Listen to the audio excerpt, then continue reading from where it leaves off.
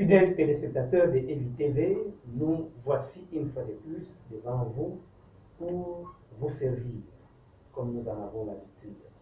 EVI TV, vous pouvez suivre votre chaîne dans votre smartphone.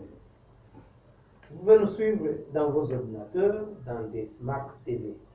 Nous sommes sur IPTV, OTT, Web TV.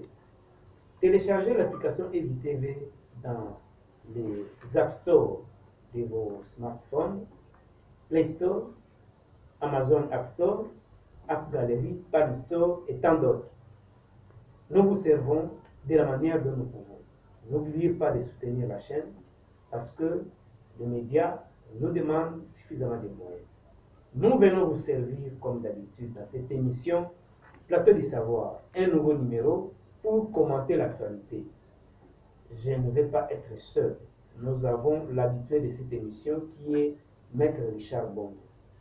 Maître Richard Bondo est avocat au barreau de Kinshasa, Bondo. Il est avocat à la CPI, la Cour pénale internationale. Il est avocat au tribunal spécial pour le Liban. C'est un consultant. Quand vous avez un problème, vous êtes de l'intérieur ou de l'extérieur, n'hésitez pas à consulter Maître Bondo parce qu'il va suffisamment vous aider. Avec lui, nous allons commenter l'actualité. La RDC, comme vous le savez, tous les yeux du monde sont rivés vers la RDC parce qu'aujourd'hui, elle fait parler d'elle. La diplomatie agissante du chef de l'État, la diplomatie pour laquelle il a effectué plusieurs voyages pour parler, pour expliquer, aujourd'hui, ça apporte des fruits avec des résultats escomptés. Nous recevons Maître Bondo, qui est l'habitué de cette émission, avec qui nous allons nous entretenir pour essayer d'éclairer la lanterne sur certains points. C'est lui que nous avons invité. Maître Bondo, bienvenue dans cette émission. Bonjour Saint-Ben, bonsoir à vos téléspectateurs, c'est donc le faisceau horaire, le fuseau horaire dans lequel il se retrouve, et c'est pour cela que je dis nous venons pour partager, échanger avec le peuple congolais. Merci Maître Bondo. Pour votre information, EVI TV est suivi dans le monde entier selon la plateforme avec laquelle vous pouvez nous suivre, comme je viens de les énumérer. Vous aurez l'occasion de suivre les interventions de Maître Bondo, vous aurez l'occasion de suivre ses analyses. Maître Bondo, l'actualité aujourd'hui, ce sont les accords qui ont été signés à Washington. Les accords, l'accord de paix entre RDC, États-Unis et le Rwanda. Plusieurs analystes, nous les suivons, qui disent que cet accord de paix qui a été signé, c'était une erreur grave de la RDC parce que la RDC n'a que des obligations, n'a pas de droits. Et la RDC a beaucoup plus à perdre qu'à gagner. Maître Bondo, vous avez la parole. Merci beaucoup de la parole que vous me donnez en cet instant, Saint-Ben. Je commence par un écrivain britannique, Roger Bacon, qui a dit « Celui qui apprend se tait, mais celui qui sait analyse. » Vous me parlez de certains analystes. Est-ce qu'ils savent lire un accord? Est-ce qu'ils savent interpréter la résolution 2773? Nous nous sommes battus ici 30 ans durant contre le Rwanda. Et quel était notre argument? Notre souveraineté est piétinée. Notre intégrité territoriale est ratatinée. Mais nous, aujourd'hui, l'accord de paix vient dans la suite de la résolution 2773. Mais justement, Maître Bondo, parce que les autres disent que il n'a pas fallu les signer. Parce que ça ne profite qu'au Rwanda et aux États-Unis. Je vous dis ceci.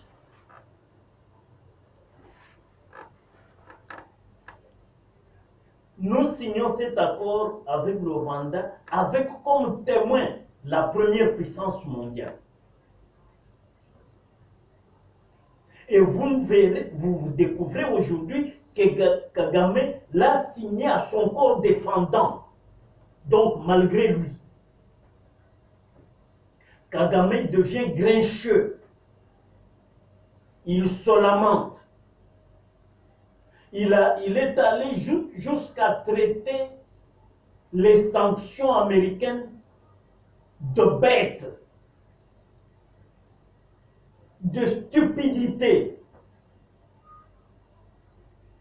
C'est pour dire que si l'accord était à l'avantage du Rwanda, Kagame, qui y était taiseux, qui ne disait rien pendant que le président Tshisekedi sillonnait le monde pour faire entendre la voix de la raison congolaise. Aujourd'hui, Tshisekedi se tait.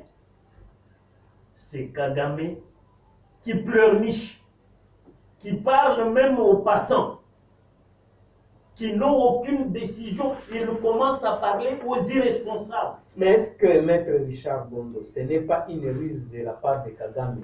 C'est-à-dire qu'il pleurniche tout en sachant que c'est lui le gagnant dans cet accord? Non. Kagame, il faut le connaître, d'abord, il est orgueilleux.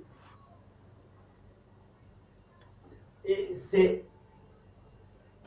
l'homme qui allait dans des conférences internationales et qui cherchait une place remarquable. Et aujourd'hui, il ne peut plus aller à une conférence internationale. Même à Malabo, ici à côté. Il n'est pas allé. Pourquoi? Parce que Tshisekedi l'a dompté. Il a compris que Tshisekedi est un véritable animal politique et un fin diplomate. Oui, Maître Bondo, peut-être que vous défendez les chefs de l'État, c'est normal parce que... Non, je dois défendre le chef de l'État qui a défendu la thèse congolaise et a triomphé. Mais les analystes se posent la question pour dire, parmi les points, parmi les obligations qui sont dans l'accord, c'est que la RDC doit rapatrier, doit maîtriser les FDLR pour leur rapatriement au Rwanda. Mais la question qu'ils posent, vous n'arrivez pas à faire la tête au M23. Comment allez-vous arriver à dompter, à prendre les FDLR, les rapatrier dans des zones contrôlées par les M23 qui sont une branche armée du Rwanda? Et l'accord et ses annexes parlent d'un mécanisme supervisé par certaines puissances et les partenaires du Congo et du Rwanda, l'Union africaine comprise. Pourquoi? C'est pour que la traque des FDLR soit faite en présence, soit contradictoire et opposable au Rwanda. Que le Rwanda déniche, nous dise, j'identifie Sembène comme FDLR. Il est à Kinshasa. J'identifie Bondo comme FDLR. Il est dans l'Ituri. Mais celle-là, c'est une obligation de la RDC bien du Rwanda. c'est une obligation du Rwanda parce que Et les identifier. le mécanisme, c'est un mécanisme conjoint où il y a la présence du Rwanda et la présence de la RDC. C'est ainsi que même pour constater que les forces rwandaises sont sorties de la RDC, c'est ce mécanisme-là qui le constate. Et la traite des FDLR et le désengagement rwandais sont concomitants. Mais alors que ici, parce que nous suivons l'actualité, Ouais. Les analystes, comme je viens de le dire précédemment, disent que ces points-là, c'est un point préalable pour les engagements du Rwanda. C'est le langage les FDLR doivent être d'abord traqués, rapatriés, et ensuite le Rwanda viendra se désengager. Tant que ce point-là ne sera pas accompli, donc le Rwanda restera là avec son armement, avec son armée, avec ses hommes, en se redéployant comme il peut le vouloir. Vous savez, cet accord a un garant. C'est Washington. Et Washington, nous voyons Trump. Marco Rubio et même Boulos ont dit aux Rwandais, non, à toutes les parties, les engagements que vous avez pris doivent être respectés. C'est la règle dans les traités internationaux. Dans les traités internationaux, on appelle ça la règle pacta sunt servanda. C'est-à-dire, toutes les parties doivent respecter leurs engagements. Et si vous ne respectez pas l'engagement, quand c'est parrainé par la première puissance mondiale, qui dit ici, vous ne venez pas blaguer, vous ne pouvez pas faire perdre du temps à Trump, à Marco Rubio, à Boulos qui a fait des tournées, prises en charge par le contribuable américain. Et on vient pour sauver les vies en disant 30 ans de guerre, ça suffit. Et vous, le Rwanda, vous empruntez une tartufferie politique pour dire il y a un préalable, alors que le retrait, le désengagement est inconditionnel. Et selon la résolution 2773 et selon l'accord de paix. Avec cet accord qui est venu en quelque sorte parfaire ce qui aurait dû se faire le 15 décembre à Luanda. Et à ce moment-là, Kagame avait fui. Et j'avais dit à votre télévision que c'était la décaganisation qui débutait le 15 décembre 2024 dans la région des Grands Lacs. Kagame est allé vers sa fin. Maître Richard Bondo, étant professionnel des médias, nous observons ce qui se passe dans d'autres médias, les interventions des uns et des autres, qui parfois leur casquette reste à désirer. Nous vous approchons parce que vous êtes expert en la matière. Quand vous êtes avocat à la CPI, la Cour pénale internationale, vous êtes avocat au tribunal spécial pour le Liban, donc vous en avez l'expérience, vous en avez l'expertise. Nous vous approchons. Ma question est celle de savoir quels sont les événements, qu'est-ce qui va se passer dans les théâtres des événements, sur le terrain, de part et d'autre, les déploiements, les désengagements ou les réengagements des forces de part et d'autre. Qu'est-ce qui est prévu dans cet accord? Qu'est-ce qui doit être fait et ce qui ne doit pas être fait? La garantie de l'exécution de cet accord nous est donnée par les États-Unis, qui ont donné aux partis la promesse de les accompagner avec des moyens colossaux pour que la paix revienne et que le sang cesse de couler sur le territoire congolais. Parce que le sang ne coule pas au Rwanda. Et le pays qui est pillé, dévasté, s'appelle la RDC. Et parce que les États-Unis sont partis à la résolution 2773 pour dire où on doit, après 30 ans de guerre, respecter l'intégrité de la RDC et sa souveraineté. En disant, quiconque irait à l'encontre de ces engagements subirait la loi, de la rigueur. C'est-à-dire, le Conseil de sécurité, qui a aussi le pouvoir d'imposer la paix, aura la main forte des États-Unis pour que le Rwanda ne soit plus réfractaire à la paix recherchée. Et aujourd'hui, moi je dis,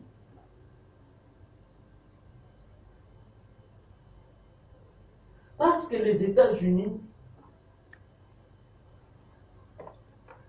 ne peuvent pas subir, essuyer un échec devant Kagame. Et qui va essuyer l'échec? Ce n'est pas Trump. Trump qui attend le prix Nobel de la paix. Il est caressé par ce rêve d'être demain le prix Nobel de la paix. Et je ne vois pas Trump qui attend ce prix-là s'engager pour perdre sa face devant Kagame. Kagame, qui suit avec attention. Oui, Kagame est une créature de Clinton et consorts, des démocrates. Tony Blair. Les Tony Blair, le Britannique. Et tout ça, parce que Tony Blair avait fait le jeu des démocrates, aujourd'hui nous avons un républicain qui est soutenu même par les sénateurs démocrates. Il y en a un, que je venais de lire avant notre séance d'aujourd'hui, qui s'appelle Cory Booker. Il appuie l'accord, il dit c'est l'Afrique de Kagame. Il faut que dans la région de Grand Lac, on tourne la page de Kagame. Lui, sénateur démocrate. C'est-à-dire, toute tendance américaine soutient l'accord. Parce que 30 ans de guerre, ça suffit. Et que l'Amérique a des milliards pour investir en RDC. Et ça, pendant que l'Amérique, sous Trump, voudrait devenir cette puissance et respectée, ou le demeurer, comment voulez-vous que Trump perde la face devant le tartif de Kagame? Parce que Kagame ne représente plus rien. Kagame a même fin d'être malade il n'y a pas longtemps. Lui qui aimait les caméras, lui qui voulait être présent partout, aujourd'hui Kagame est réduit dans ses petites pantoufles. Il ne peut plus se promener librement parce qu'avec le rapport des enquêteurs des Nations Unies qui démontrent que le Rwanda et l'Ouganda sont M23 avec des personnalités politiques entre guillemets congolaises, ce rapport accuse Kagame, ce rapport accuse le Rwanda, accuse l'Ouganda, et c'est là que moi j'en appelle aux autorités de la RDC d'être très attentionné par rapport à l'Ouganda. Maître Bon, nous allons y arriver. Les États-Unis qui nomment un émissaire par rapport à cet accord, il met quel moyen? Cet émissaire a quel pouvoir? Est-ce qu'il a un pouvoir contraignant? Est-ce que c'est un observateur, comme nous avons vécu avec la MONUSCO? Cet émissaire a quel pouvoir? Son pouvoir, c'est ce que j'appelle le garant de la bonne exécution et de la résolution 2773 et de l'accord de paix. Parce que les engagements à Washington, on a dit à toutes les parties, les engagements que vous avez pris doivent être respectés. Alors, s'il y a un surveillant qui vient de Washington, Trump n'est pas n'importe qui. Quand il a décidé d'anéantir la puissance non, les ambitions nucléaires d'Iran, il l'a fait en l'espace de quelques secondes. Mais je ne vois pas l'Iran être comparé au Rwanda. Le Rwanda, c'est rien. Le Rwanda est insignifiant. Soyons sérieux. Lorsque les États-Unis s'engagent, le Rwanda n'a qu'à s'aligner, n'a qu'à s'incliner, respecter l'accord, parce que le Rwanda l'a signé. Le Rwanda pouvait même bouder. Quand Kagame a commencé à feindre, il était malade, et on lui a dit envoie la délégation, vite, le 27 vous devez signer.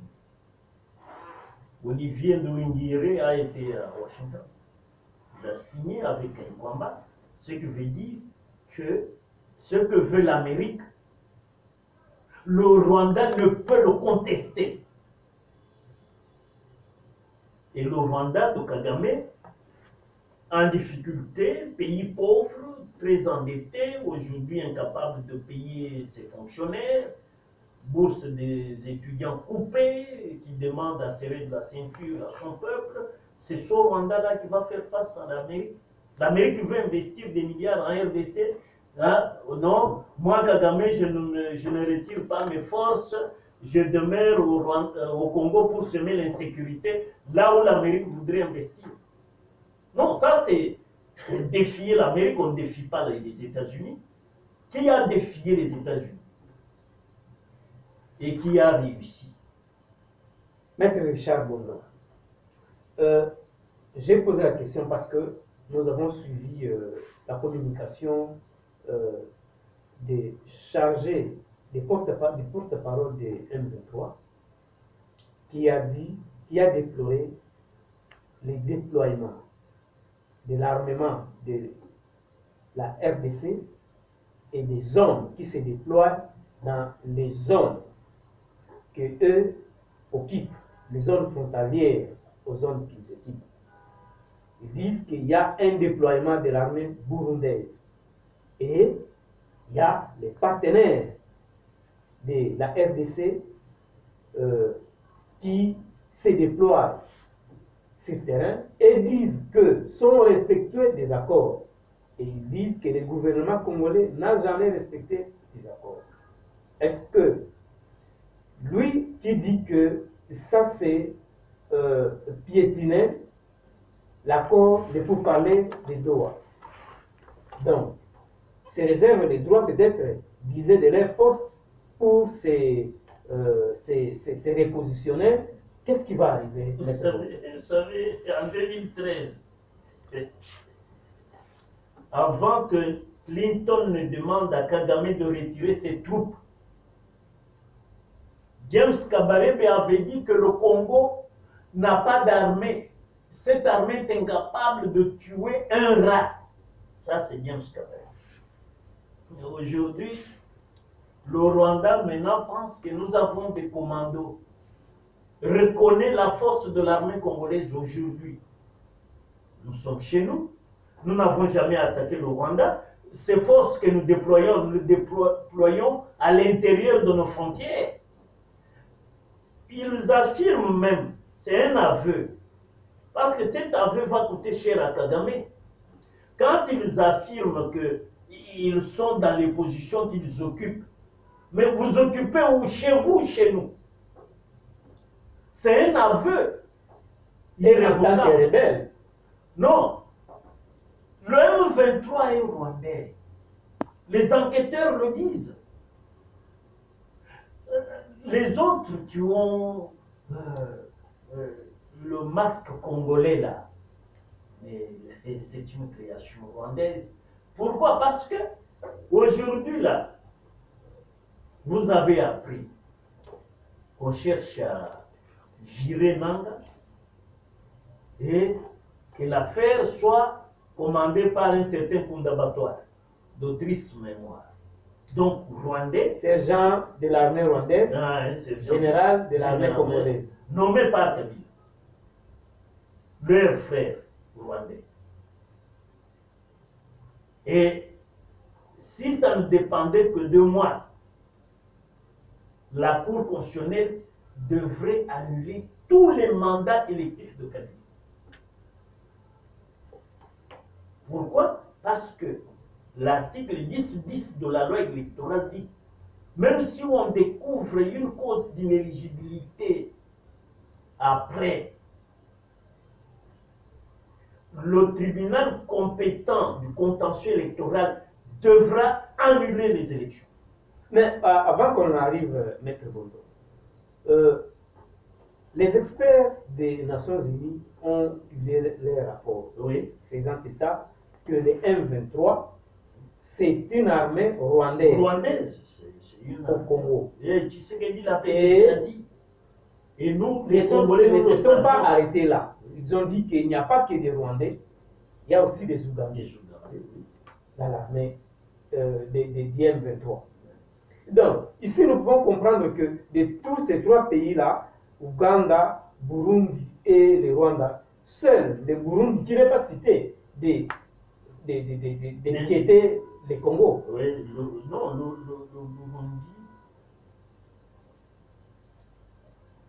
a une sagesse. Il y a un proverbe burundais qui dit on ne prête pas sa hache à un insolvable. Le Congo est tellement riche. Le Burundi a dit moi je suis pauvre. Mais si je prête le flanc à la bêtise rwandaise et ougandaise, demain, la population burundaise risque de souffrir. Comme dans leur proverbe, il y a un adage qui dit on ne prête pas sa hache à un insolvable.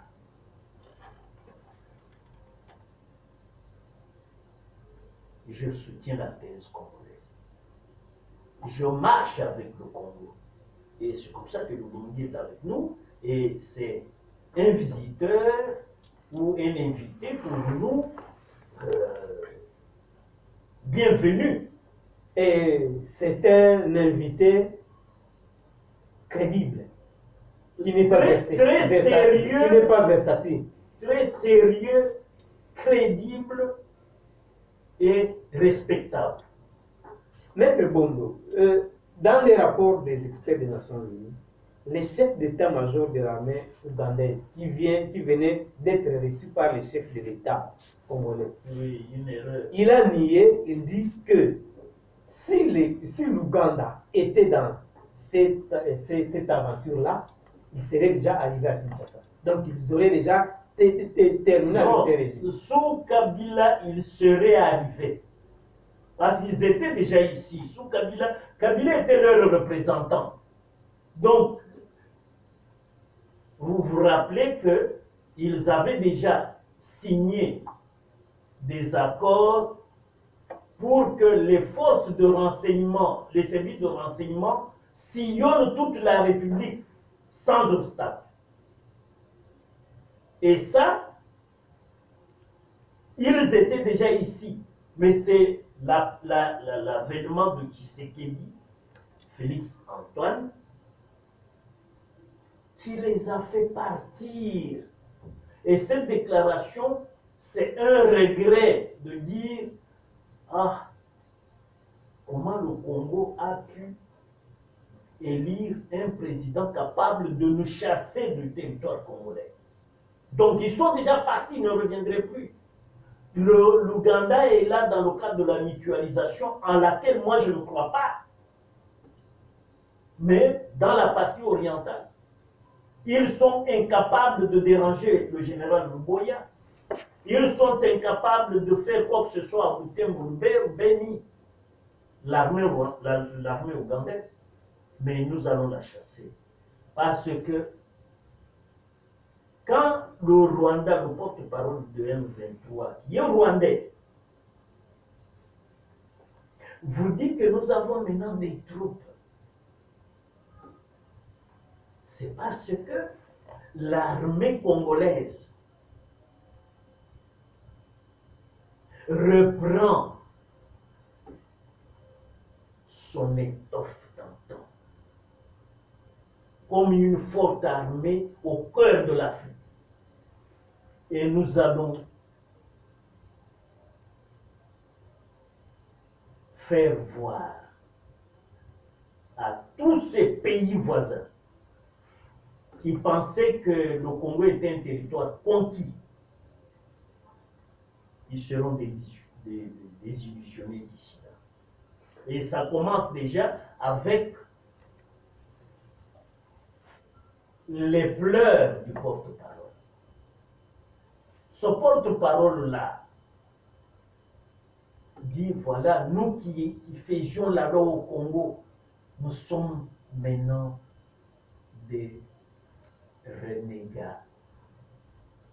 Maître Bondo, nous avons suivi une sortie médiatique du président rwandais, Paul Kagame, qui contestait aussi les rapports des experts des Nations Unies, disant que ce n'est pas le Rwanda qui est au M23, c'est l'Ouganda qui est au M23. Alors, qui est-ce qu'il faut croire? Ils disent la vérité ou ce sont les experts des Nations Unies qui se sont trompés? Les experts des Nations Unies n'ont dit que la vérité. Kagame, c'est un menteur. Mais le problème de Kagame, c'est que l'accord de paix qu'il a signé le place au devant de la scène comme le criminel qui avait agressé la RDC. Et même l'ayant fait avec le concours de l'Ouganda, parce que c'est par l'Ouganda que le M23 est rentré sur notre territoire à Bunagana, le Rwanda se sent visé par ceux qui planent. Qu'est-ce qui plane, Maître Bondo? La justice internationale. Maître Bondo, les accords, les militaires, ma question est celle de savoir, dans cet accord ici, l'assiette du Congolais, en quoi le Congolais va se dire merci président Tshisekedi pour cet accord? La paix. C'est ça. Parce que aucune politique de développement ne peut se faire si nous ne sommes pas en paix, si nous ne sommes pas en sécurité. Tous les grands analystes, les grands doctrinaires de la vie dans les régions du monde disent que la sécurité est un préalable fonctionnel à toute politique de développement. Donc, le Congolais a dans son assiette la paix qui lui donnerait tous les avantages. La circulation facile, les soins de santé, la scolarisation des enfants, tout ça, c'est des garanties de la paix. Alors, la paix, comme préalable, c'est la première recette. La deuxième, c'est la lutte contre le chômage avec des investissements américains en termes de milliards. D'ailleurs, le sénateur dont je viens de vous citer, dans son propos, il dit que le Congo est tellement fortuné que par an, les premières années, peut engranger 45 milliards. 45 milliards de dollars comme budget ou comme gain que la RDC pourrait engranger.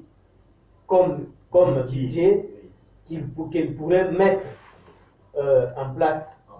Est-ce que ça va profiter aux dirigeants ou bien au peuple? Non, au peuple.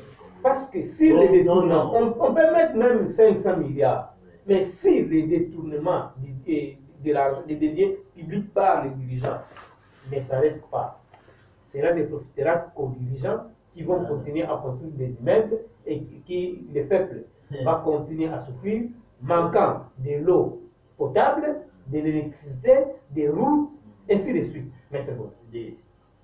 Ce pays a été livré par le président de la République aux mains de l'Éternel. Et dans son omniscience, l'Éternel dit la justice élève une nation. C'est pour cela qu'il faut que le président de la République ait un vrai ministre de la justice, avec les animateurs des juridictions à même de rendre justice convenablement. La crainte de la justice est le commencement du développement et du progrès en RDC. Maître Bondo, c'est-à-dire vous avez éviter tout le laxisme qu'il y a. Le désordre, c'est l'impunité. Parce que si il faut que la justice réprime sévèrement, vous verrez tout le monde revenir au pas. À ce moment-là, quand on commence à respecter la loi, tout le monde, personne n'est à l'abri des sanctions. À ce moment-là, le pays va marcher. Donc, le véritable atout pour que les 45 milliards servent dans l'intérêt du peuple congolais, le pilier, c'est la justice. Maître Bondo, vous avez les profils pour être un vrai ministre de la justice. Qu'est-ce qui ne va pas? Vous êtes dans la famille politique du chef de l'État, vous êtes cadre de l'UDPS, vous êtes dans l'Union sacrée. Qu'est-ce qui n'arrive pas? Est-ce que c'est... Le président a reçu un pays, l'héritage des 18 ans de la Kabylie a donné au président de la République un pays lacéré. Maintenant, vous voyez même le président embrasser des gens qui lui ont promis misère. Pourquoi? Parce que le président est à la recherche de la cohésion nationale. Mais c'est comme ça que moi j'arrive pour vous répondre. J'ai dit simplement au président de la République qu'il faut donner aux gens des postes de responsabilité qui répondent à leur profil. C'est fini cette affaire de l'union sacrée où un monsieur sans profil dit simplement je suis d'un parti politique membre de l'union sacrée parce qu'il faut combler un vide. On a 54 ministres dans un gouvernement. Qui dit que pour développer le pays, il faut seulement être ministre. Et quand vous êtes inutile, on ne vous sent même pas dans ce gouvernement de 56 ou 54 ministres. Il y en a combien qui émergent?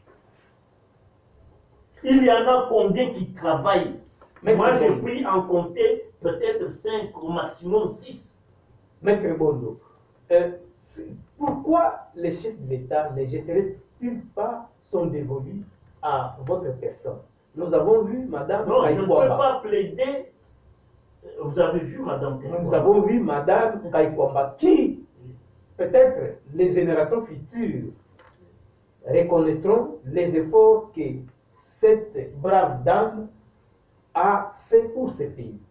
Mais des noms et des renoms qui ont fait des années et des années dans les gouvernements pour lesquels les bilan est même pas mitigé, mais négatif. Totalement négatif. Maître Bondo, est-ce les conseillers du chef de l'État qui ne lui proposent pas parfois des bonnes personnes? Parce que sous Kabila, Kabila avait dit qu'il manquait 15 personnes pour l'accompagner à bien parfaire son mandat. Mais notre chef de l'État actuel, nous avons un pays où il y a plus de 100 millions d'habitants et une élite vraiment fignolée. Est-ce que c'est un mauvais choix des animateurs parfois qui fait en sorte que les choses pataugent dans un gouvernement où il y a des dizaines de ministres mais qui ne se font pas voir dans l'effectivité de leur travail maintenant? Vous savez, Papa Étienne, d'heureuse mémoire, Étienne Tshisekedi Lumumba, nous disait que l'UDPS lutte pour une société méritocratique. C'est-à-dire, quand on vous confie un poste, la sélection, c'est les hommes et les femmes de très haut profil qu'il faut. Ce n'est pas le clan, ce n'est pas la province, mais c'est des Congolais de très bon profil qui doivent mériter. Sélectionnons les meilleurs d'entre nous, et les meilleurs nous en avons. On ne peut pas prendre, par exemple, quelqu'un qui ne connaît rien de l'agriculture, faire de lui ministre de l'agriculture. Qui ne connaît rien de la justice, faire de lui ministre de la justice. Qui ne connaît rien de commerce, faire de lui ministre de commerce. Il faut une expertise avérée. Il ne faut pas prendre des néophytes. Parce qu'il y a trop de néophytes aujourd'hui qui viennent, qui défilent, surtout vous les médias, vous encensez certaines personnes. Mais quand on leur confie des postes, c'est à déplorer. C'est pour cela que moi je dis, et dont le chef de l'État a sélectionné les meilleurs d'entre nous. Pas un gouvernement éléphantesque, pas de conseillers qui n'ont comme rêve que les frais d'émission. Non. On apprend qu'il y a par exemple une délégation qui doit aller à Washington pour le deal avec les Américains. On va dormir au cimetière pour que son nom apparaisse sur la liste des gens, des délégués. Non. Sélectionnons ceux qui méritent. Et nous en avons, ce pays a des intelligences. Moi, je suis émerveillé. Par exemple, que Alain Atoum soit sélectionné comme auprès du conseiller spécial du chef de l'État en matière de sécurité. Voilà une expertise avérée. Or, ces gens-là, d'abord, pour les sélectionner, ce n'est pas difficile. Nous avons les services de renseignement qui doivent faire ce qu'on appelle l'enquête de personnalité, préalable à toute nomination. On doit nommer Semben. Quel est le profil de Semben? Il a fait quel cursus scolaire, quel cursus académique? Est-ce qu'il peut gérer tel secteur? À ce moment-là, l'État va respirer. Et surtout, l'éthique. Les meilleurs d'entre nous, ce n'est pas le diplôme. Les meilleurs d'entre nous, c'est outre la compétence, l'éthique. Et l'éthique est énoncée à l'article 67 de la Constitution. Le respect du bien public et de l'intérêt général. Article 67 de la Constitution, qui intériorise cette disposition parmi les gens que le président a nommés là. Il y en a qui ignorent, la plupart ignorent même cette disposition-là, article 67 de la Constitution. C'est pour cela que la plupart, ils sont dans le détournement, dans les copinages, dans les rétrocommissions, et sans gêne, quelqu'un nous a dit, ici, et on fait le projet, on a fait des milliards, mais nous nous partageons avant de débuter l'exécution du projet. Est-ce que c'est une éthique? On peut avoir de gros diplômes, mais sans éthique, on ne vaut rien. C'est pour cela que moi, je préfère des gens de haut profil. Des gens sévères d'abord avec eux-mêmes. Il faut un régime d'austérité et le chef doit cheffer. Il ne faut pas que les gens disent, bon, on doit détourner 57 millions, il est même promu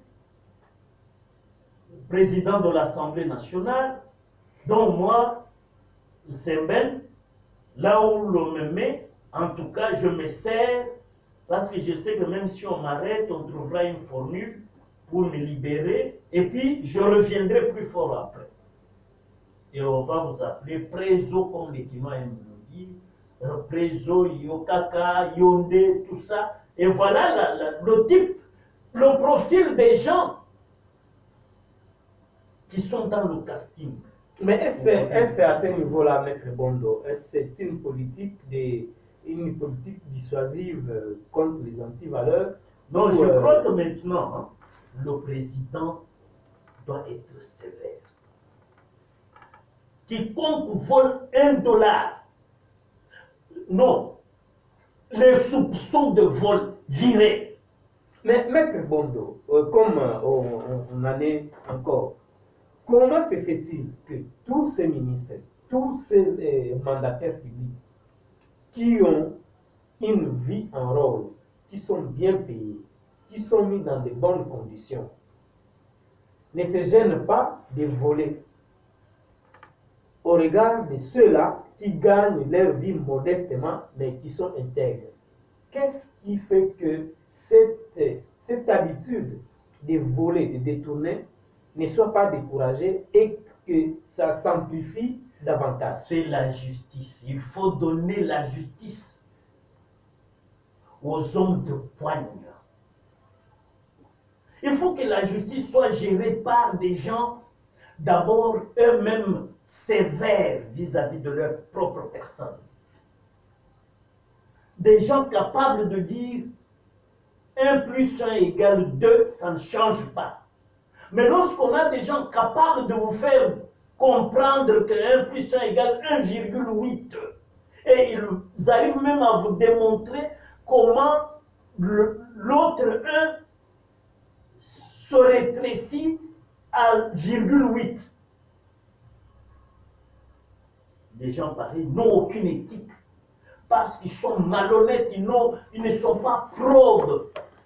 Alors, il faut sélectionner en commençant par ce que j'appelle l'enquête de personnalité. Et qui fait cette enquête? C'est les services de renseignement. Que ce soit le service de renseignement de la police, le conseil spécial du président de la République, l'ANR, cyberdéfense, tous ces services, même l'intelligence économique, tous ces services doivent concourir à parfaire la sélection que le président de la République doit faire pour désigner les meilleurs d'entre les Congolais à des postes de responsabilité pour que nous ne perdions pas la face devant les milliardaires américains qui frappent à notre porte et qui viennent investir pour que nous donnions l'emploi aux jeunes qui n'attendent que ça. C'est les bras utiles, mais non utilisés, pour servir la patrie et la faire respecter.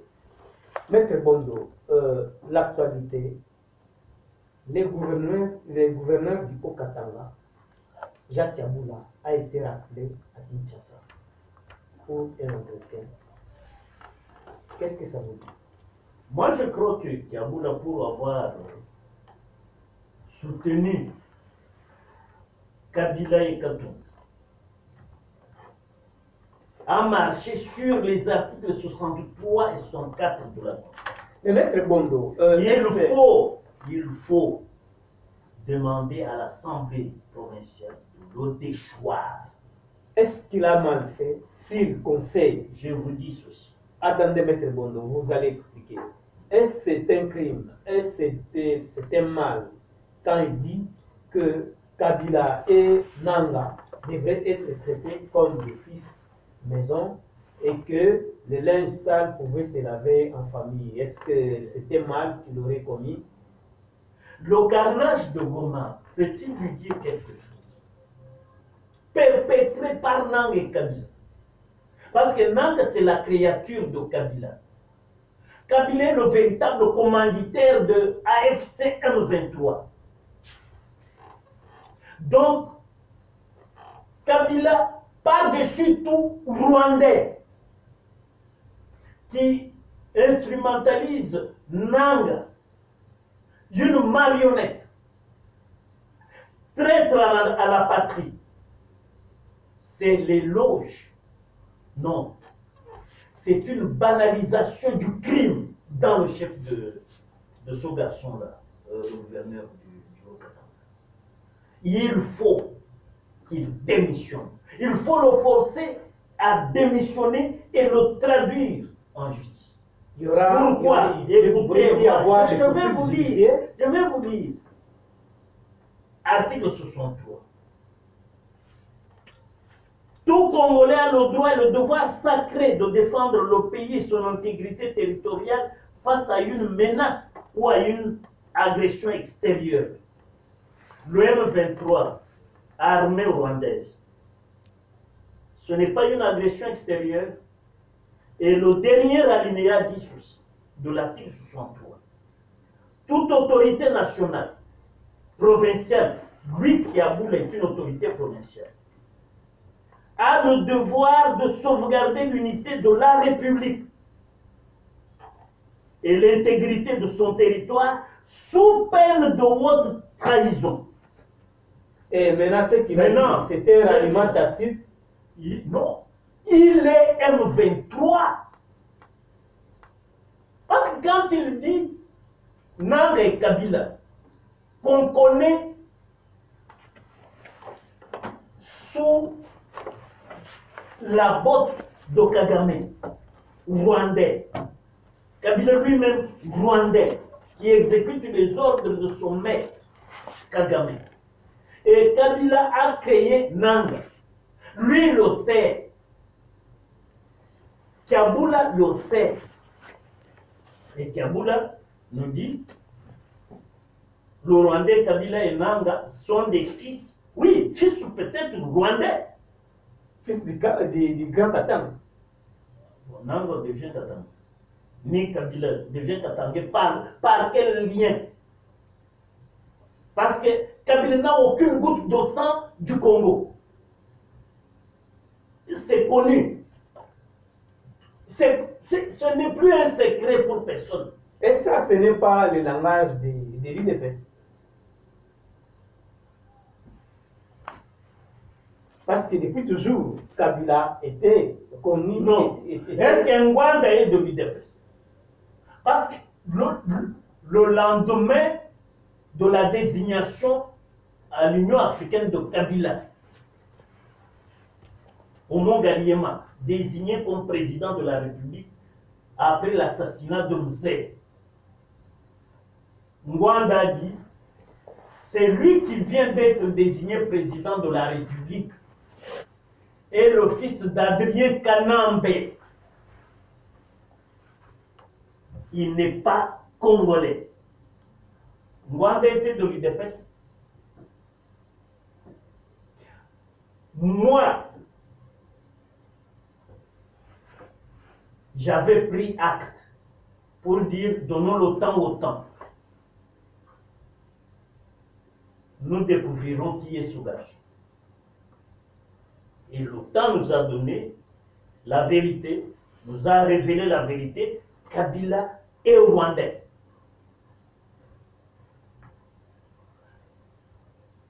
Atondo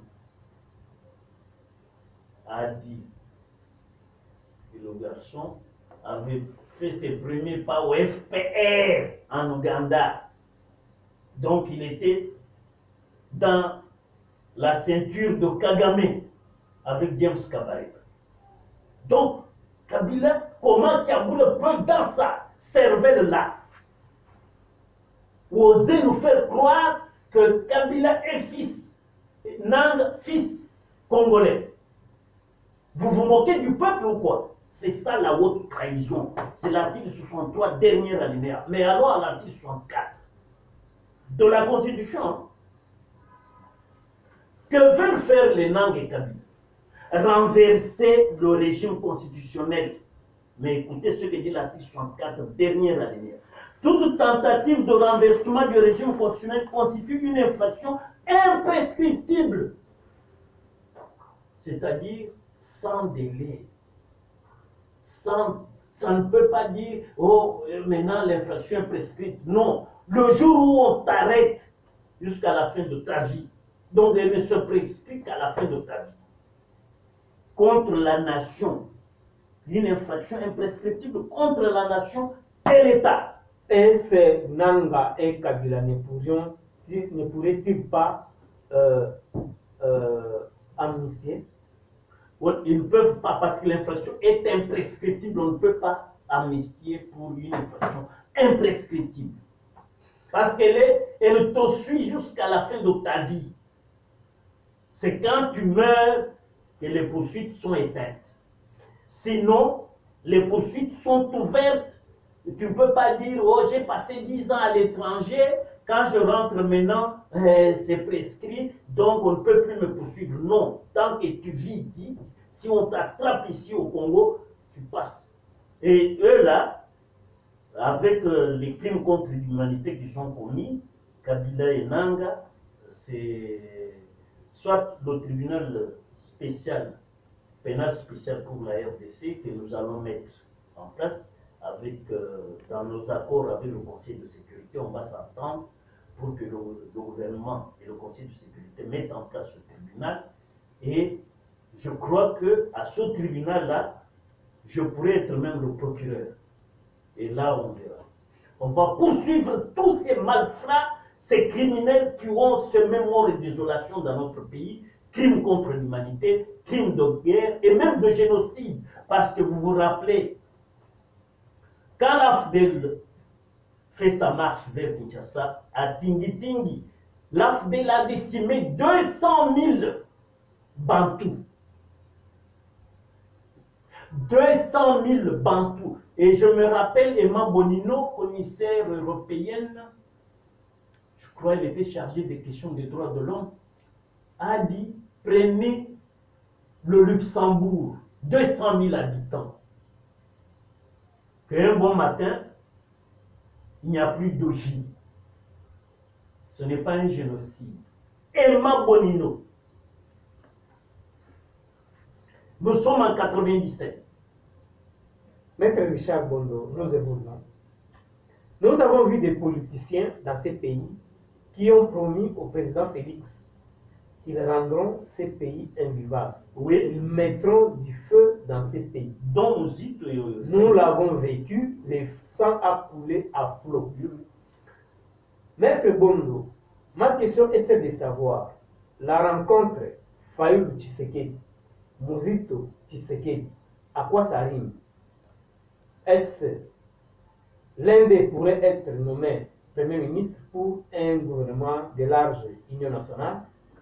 Maître Bolou, vous avez la parole. Je dis au président de la République que les deux là sont inutiles. Il vous avait promis de ne recevoir aucun investissement. Ils vous ont traité de tous les noms des oiseaux. Ils ont participé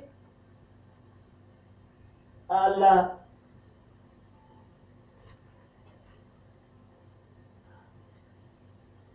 la dévastation de notre pays. Le sang a coulé à cause de leurs paroles, de leurs menaces, de leurs discours.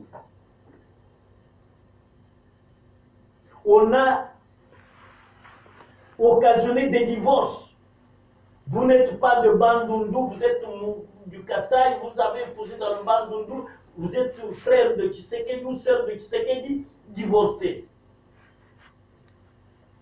Tous ces crimes-là, vous les oubliez. Pour embrasser des gens qui ont occasionné la lacération du pays, le déchirement des communautés. Maître Bondo, c'est peut-être au nom de la paix que les chefs d'État les fait. Ils sont insignifiants. Qui les connaît aujourd'hui? Qui compte sur eux? Ils peuvent mobiliser quel peuple? Ces gens-là peuvent mobiliser quel peuple? Et puis ils ont quelles compétences? Parce que nous avons vu, certains ont géré ici. Le seul exploit, c'est d'avoir 300, 400 maisons quelque part. Dixit Jekoko Moulumba, qui a fait les enquêtes. Et un autre incompétent à la commission économique, chassé par Kimbu, avec l'Assemblée provinciale. Mais ces gens-là, ils vont vous être utiles en quoi? Et nous qui vous soutenons depuis le début jusqu'à présent, nous avons dit, nous allons prendre les armes pour que le président nous nomme. Et que demain on vienne embrasser le président. Pourquoi nous, on dit non? Appuyons le président pour que le pays gagne. Mais eux, ils veulent gagner. Ils viennent avec des dossiers sur les aisselles pour vous remettre des mémos. Il faut faire très attention. D'ailleurs, votre protocole, moi, je le prends à partie. Parce que les gens viennent, on ne sait pas ce qu'ils ont mis dans les dossiers qu'on vous remet là. Et puis, ils viennent comme ça, sur les aisselles, et voilà, notre mémo. Même le texte, le rapport des évêques là, il ne faut pas y toucher. Mais c'est la main tendue du chef de l'État qui voudrait avoir tout le coup l'unité. Le président de la République a été élu, c'est ça la cohésion nationale. 74% peuple congolais, dans sa majorité.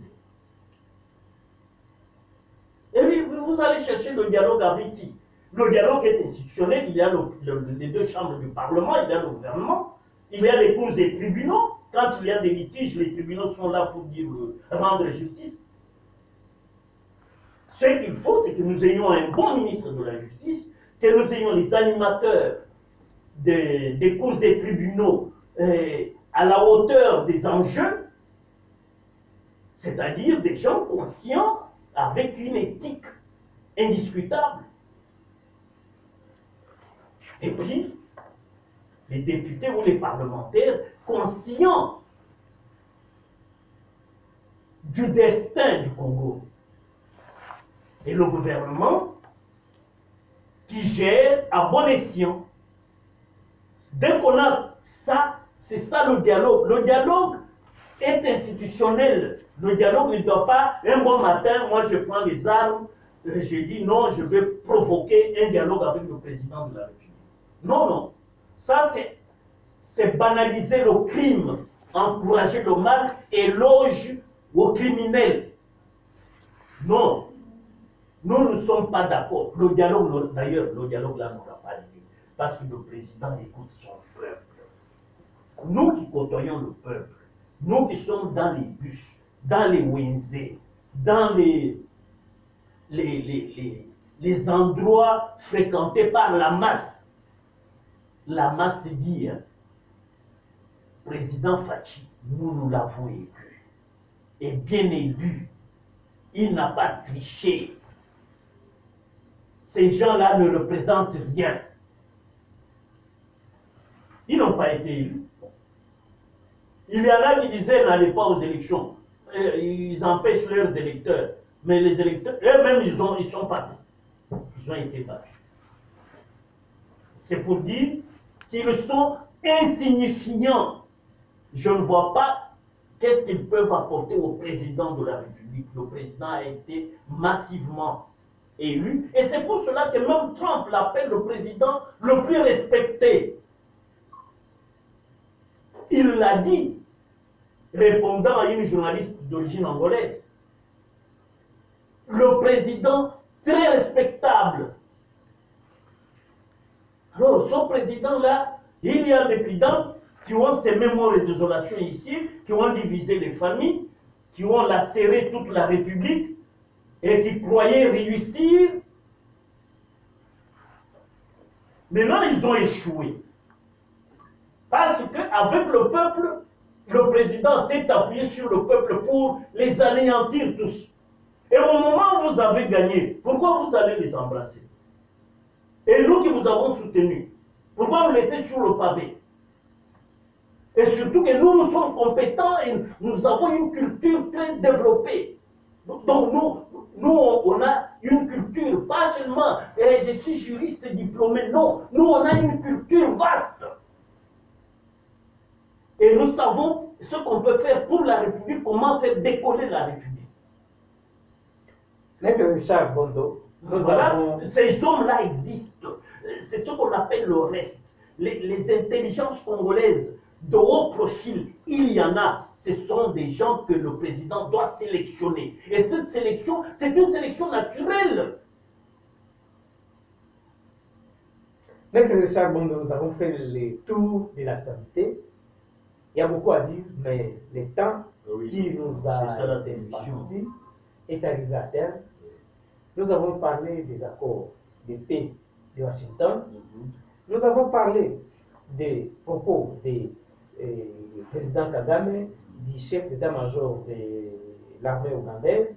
Nous avons parlé de l'interpellation de Kiabula et l'audience que le chef d'État a accordée à Fayulu et Mozi.